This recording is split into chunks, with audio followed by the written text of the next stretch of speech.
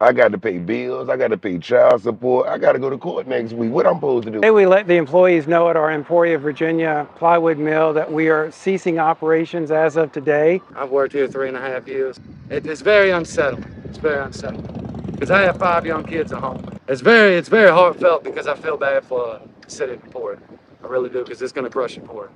It's going to cripple this town. You just lost Boy's Head, then lost GP. Ain't going to be nothing left here.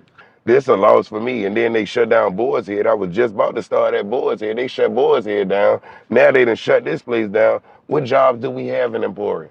We want to get these people placed in new jobs as soon as possible. It's very tough for the Emporia area with the Boar's Head plant a while back, and now Georgia Pacific, but we're committed to trying to find those people jobs in and around that area and work to bring companies into that area to pick up some of that job. Just imagine waking up in the morning to find out that your job is gone. A job that you've been relying for years. The factory that you've been working for has just shut down. Not because the business is bad, but because of tariffs. So that's the reality for hundreds of American workers in Emporia, Virginia. The Georgia Pacific Plywood Mill, a major employer in the town, just laid off its entire staff. Its entire staff. Why? Because the cost of imported lumber skyrocketed due to tariffs, and now families left scrambling to survive.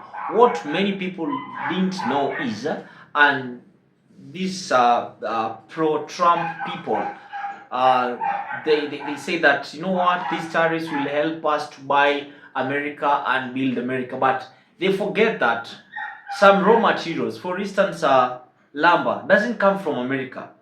Glue, nails, they come from Canada. So this is just about one factory. It's about the ripple effect.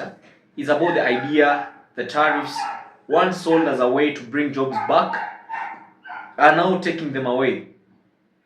You're told that if these tariffs, we're going to build up our industries, we're going to employ more people. So instead of providing more jobs, these tariffs, they are taking away these jobs. And while some politicians are patting themselves on the back, entire towns like Emporia are being crushed. So today we're going to dive into what's really happening behind the scenes. We're going to look at how these trade policies are impacting American citizens, businesses, workers, and the entire communities. And I'll be reacting to some heart-wrenching testimonies and hard economic truths that many are ignoring. So whether you're a pro-tariff or anti-tariff, this video will challenge how you think about the real cost of political promises. So grab a coffee, get some popcorn, sit back and enjoy this video. I'll be back with further analysis. Fucking epic. So China is saying, and I do believe them because, we're dealing with Trump, that Trump has been calling them night and day trying to get a deal. He's begging for a deal because he knows this country, America, is about to go into the shitter. So what they do is they put him on hold and they play Obama speeches while he's on hold.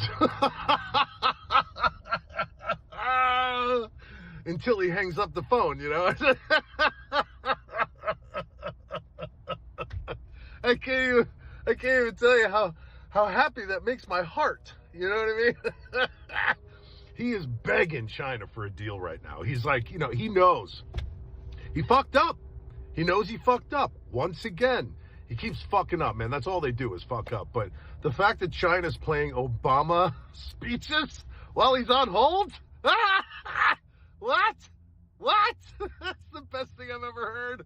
I mean, you can't tell me that's not the best thing you've ever heard, even if you're a greasy, filthy maggot Nazi. You know what I'm talking about?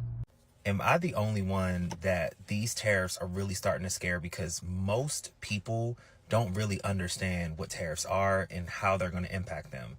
I was having a conversation with a friend of mine who voted for a specific person, and he didn't understand tariffs at all. And he kept saying, oh, well, they won't affect me because I'm just going to buy American-made products. What he didn't understand, which a lot of people don't, is barely anything is made in America entirely. Homes, for example, a lot of the lumber for homes is imported from Canada. It's not American lumber. Nails, glue, things like that are not produced here. They are imported here and built here. The same with most American products. We produce little to nothing. We are a consumer nation. So even if it says made in America or an American made product, very rarely will you see everything made in America. That just doesn't really happen. Just tell the American people, though, how long their wallets are going to feel this before things get better. Yesterday was a great day for our country, and President Trump delivered on a campaign promise that he made to the 80 million American voters who elected him to this highest office, a promise that many presidents before him for decades refused to deliver upon. As for prices and what the American public can expect, they can expect price stability. They can expect to buy American. It's the patriotic thing to do. And most importantly, they can expect their wages to go up. We know that in President Trump's first term, wages went up by $6,500 per person. This won't be painful at all for American people and consumers, Caroline? There's not going to be any pain for American-owned companies and American workers because their jobs are going to come back home. And again, as for prices, President Trump is working on tax cuts to put more money back into the pockets of Americans. Five Guys just asked me if I wanted to tip. Mind you, I just came in and got my own food. How much do you think I paid? Okay, I got a bacon cheeseburger, a strawberry milkshake, and fries, right? A little fry. That's what they call them. A little fry that's all over the bottom of my bag. For $26.07. I could have went to the grocery store. I should have went to the grocery store. I'd have had burgers and fries and milkshakes probably all damn week. And they asked me if I wanted to leave a tip. The U.S. economy just shrunk for the first time in a long time. Right, and this is, the economy was actually expected to grow by 2.3% in Q1 previously, which is decent, but it actually shrunk by 0.3%. And keep in mind, the tariffs haven't actually fully kicked in yet. The first tariff shipments, they're beginning to arrive now, and shortages are expected. Now, under the hood, economists say the economy looks good, and this is what an otherwise healthy economy looks like. But there's just so much anxiety around the tariffs that it is hurting growth, and when the tariffs actually come into play, which is right about now, the economy is expected to really suffer. And this is the dollar's down 10% in Trump's first 100 days, and the market's been struggling because of Trump's tariffs. Though here, we've now seen Trump denying responsibility for the terrible GDP growth and the stock market imploding. With him saying today, this is actually Biden's stock market, not his. With Trump also saying the next quarter's GDP report is also Biden's fault. The one, keep in mind, the market was doing absolutely fine until he started rolling out his tariff plan. And two, funny enough, on January 29th, 2024, before the man was even president, Trump said that the stock market hitting record highs was actually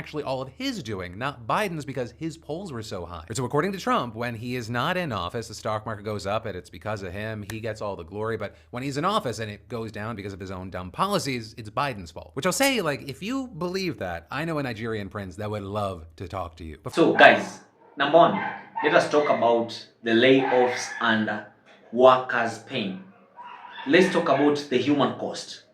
One worker says he's worried about child support, court cases, and just surviving after losing his job.